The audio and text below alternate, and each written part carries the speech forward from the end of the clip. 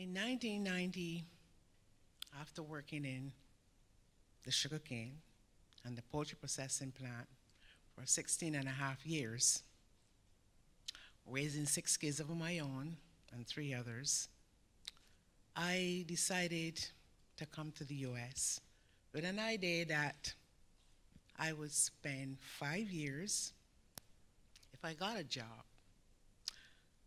After looking and asking for a couple of weeks, almost ran out of money, a friend of my sister's called and asked me if I wanted a job.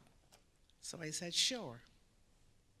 So she said, the person that sponsored her here wanted someone to take care of their father. I went on the interview, I got the job, was invited to go meet Dr. Steiner. The Friday I went there to meet with him and to discuss what the chores were, what I had to do and what I didn't have to do. They asked that I go into the refrigerator and see if there were anything there to make lunch.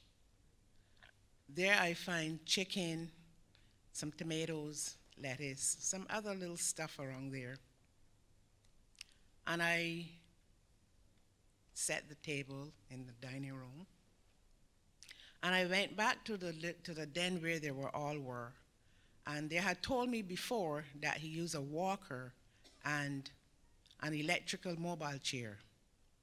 So I said to him, can you walk? He said, yes. I said, as of today, you're having your meals in the dining room. Because I was told the different stories about how the previous person used to care for him. We went to the dining room, we had lunch, we talked, and that day was a new change in my life. As time goes along and he talked to me about the war and his job, because he was a pediatrician, about the kids and everything, I decided to encourage him to go downstairs, because he lived in Ditmas Park, a big house, 3 floors, 16 rooms, and he was living on the 2nd floor for 2 years without going anywhere. Not even downstairs he would go. So we went downstairs one day and he took me around the office and he showed me where he used to take care of the patients and the slides of TB and everything that goes along with that. I decided the next trip we go downstairs, I was going to encourage him to go outside. Okay, I help him back upstairs. The next trip downstairs, I says, let's go outside. He said, no. I says, why?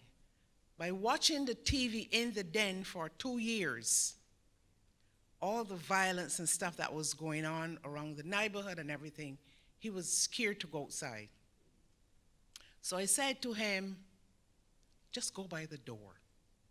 So he went by the door, he looked left, he looked right, and he made a U-turn back inside. And I didn't leave it there. Days later, as we would sit in the den and talk, I would get up from where we were, go make a cup of tea, put 2 cookies on it, because he liked chocolate chip cookies. And I would bring it back to him and he would say to me, how you know I wanted this? I said, I just know. He said, mental telepathy. And he told me the meaning to those words. Anyway, after that, I encouraged him again to go downstairs and encourage him again, let's go outside. I got him to step outside after a couple tries. Then I got him to walk the whole way of the patio. But in the meantime, he was teaching me how to take care of a patient that is sick in a bed, cannot move. He said, never strip the patient down.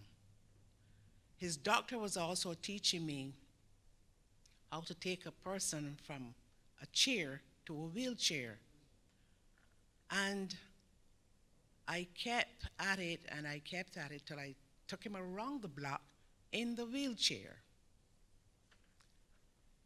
Well, as years went by of trying to get him to do things, I did get him moving.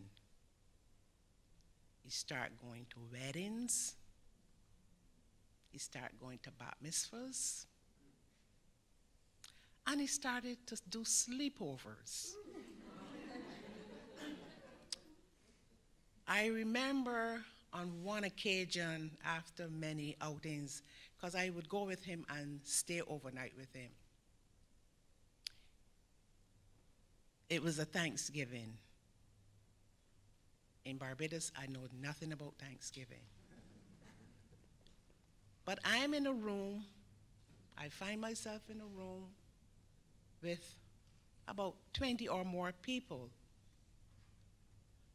All of them is like doctors, lawyers, because his family too is doctors.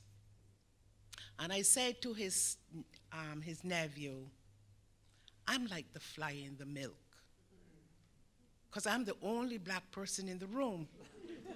And he said to me, you are no fly in the milk. And don't you ever let me hear you saying that again. And that's just part of my story. Thank you.